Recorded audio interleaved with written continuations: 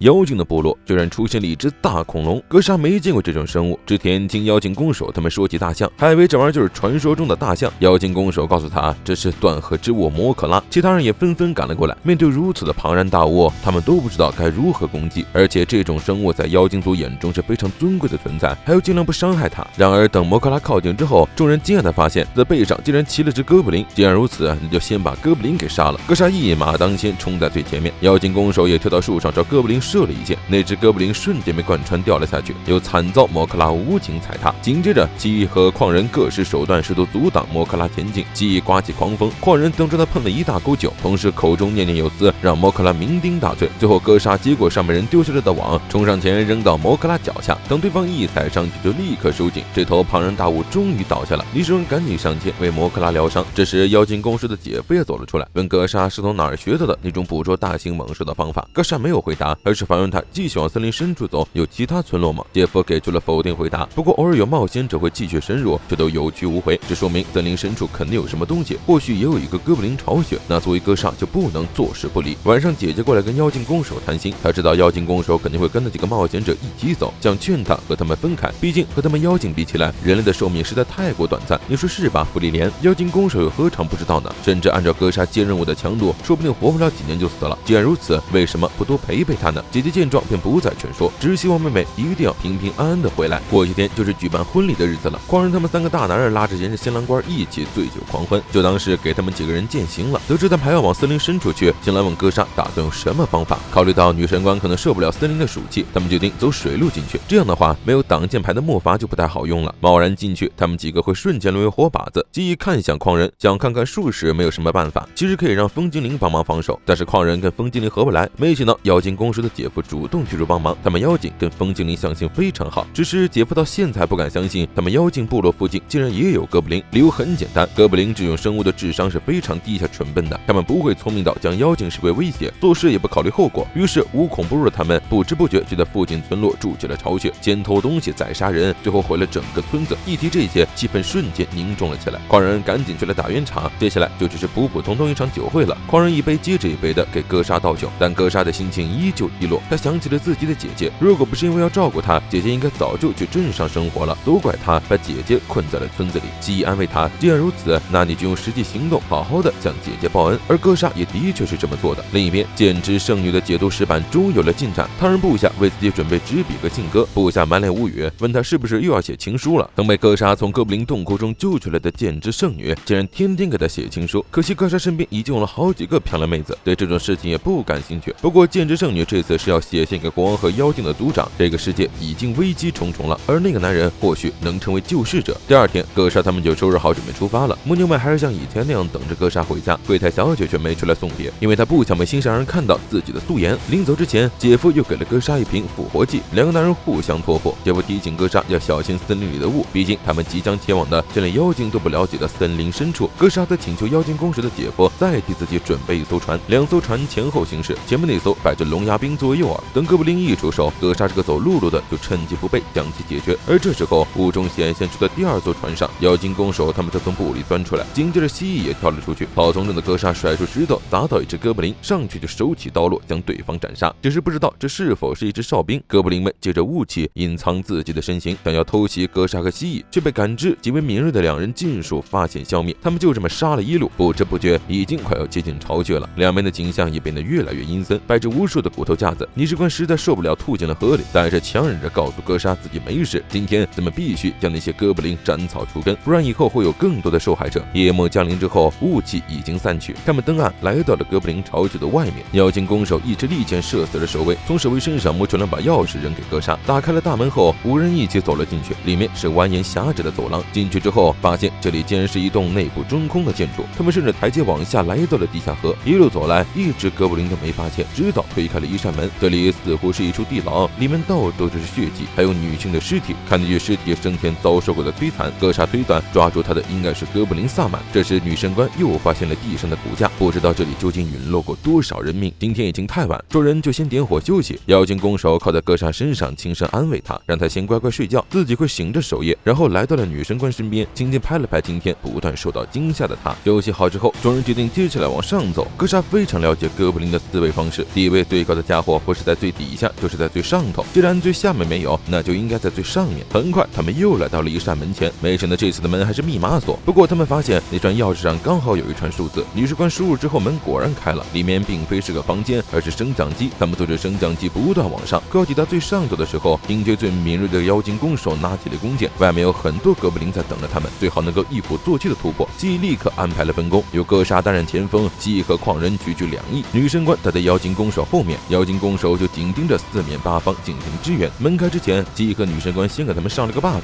一开门就立刻冲了出去，看见哥布林就杀，由哥莎拿下一切，其他人也紧随其后。这时，妖精弓手追到了哥布林群后边，有一个拿着法杖的哥布林，想必就是萨满了。打团战的时候，千万不要惹对方奶妈。在其他人奋力杀哥布林的时候，女神官也努力的在为他们进行支援。突然，一支利箭射了过来，划伤了他的侧脸，但他不慌不忙的吟唱起了咒语，圣洁的光芒瞬间驱赶了那些哥布林，他们争先恐后的从屋顶上跳了下去。妖精弓手趁机举起弓箭瞄准萨满，一箭就贯穿了他的肩膀。萨满恼羞成怒，举起了法杖，骷髅头里竟然喷出一大团黑烟，瞬间笼罩了整片战场，而且那些黑烟还是有毒的，呼吸过后仿佛置身于水中一样，甚至连哥莎都倒了下去。几只哥布林趁机过来制住了他们，他们挥舞着各种武器残忍对待战士们，哥莎的肩膀也被哥布林刺穿，鲜血顿时涌了出来。唯一没有受影响的就是奶妈女神官，此时此刻只有她能力挽狂澜，不然要不了多久就会全军覆没。女神官努力压抑住自己心中的恐惧，吟唱起了净化的咒语，目标直指最污秽的哥布林萨满。一双透明的大手出现在萨满面前，触碰到萨满流血的血液便立即消失，那股力量顺着血液涌进了他的身体。萨满发出了痛苦的嘶吼声，最后又倒了下去。女神官心中有惊恐也有自责，泪水划过了他的脸颊。哥莎赶紧走过来称赞他做得很好，女神官这才重新振作起来。而哥莎喝下了妖精弓手姐夫给的那瓶复活剂，其他人也相继站了起来，大家重振旗鼓，一鼓作气突破了哥布林大军的重重包围，来到了屋顶边缘，然后一起跳了下去，在矿人的法术作用下安全落地。等他们跑到安全的地方之后，水从上面涌上来冲破大门，哥布林连同命在的萨满全被冲了下来，这都多亏了哥莎的计策。他们用隧道的法术提前的提防要塞开了个洞，这场哥布林危机总算解除了，大家的心情也不自觉放松了下来，开始讨论结婚的话题。女神官却没有加入他们，她不知道自己是否还有资格继续信仰地母神，毕竟明明是用来救人的奇迹，她却屡次用来杀人，这样的她还值得地母神为她引发奇迹吗？就在沉思时，哥莎突然让她抬头看，建筑的上空赫然出现了一道美丽的彩虹，仿佛是在庆祝他们的胜利，也或许是地母神在回答女神官的疑问。哥莎他们回去后，刚好赶上妖精公叔的姐姐和姐夫举行婚礼，两人在族人的见证下诉说了誓言。哥莎他们也和妖精们载歌载舞，为这对新人庆贺。女神官也在妖精公主的建议下，为新人祈求地母神的祝福。就在这时，姐姐和姐夫携手走到了前面，妖精弓手便带着自己的几个女伴也走了过去。接下来是新娘送礼的环节，据说拿到礼物的人就能成为下一个结婚的人。姐姐将头上的花环抛了出去，四个女孩全都是向往的表情，不知道她们究竟谁接到了花环呢？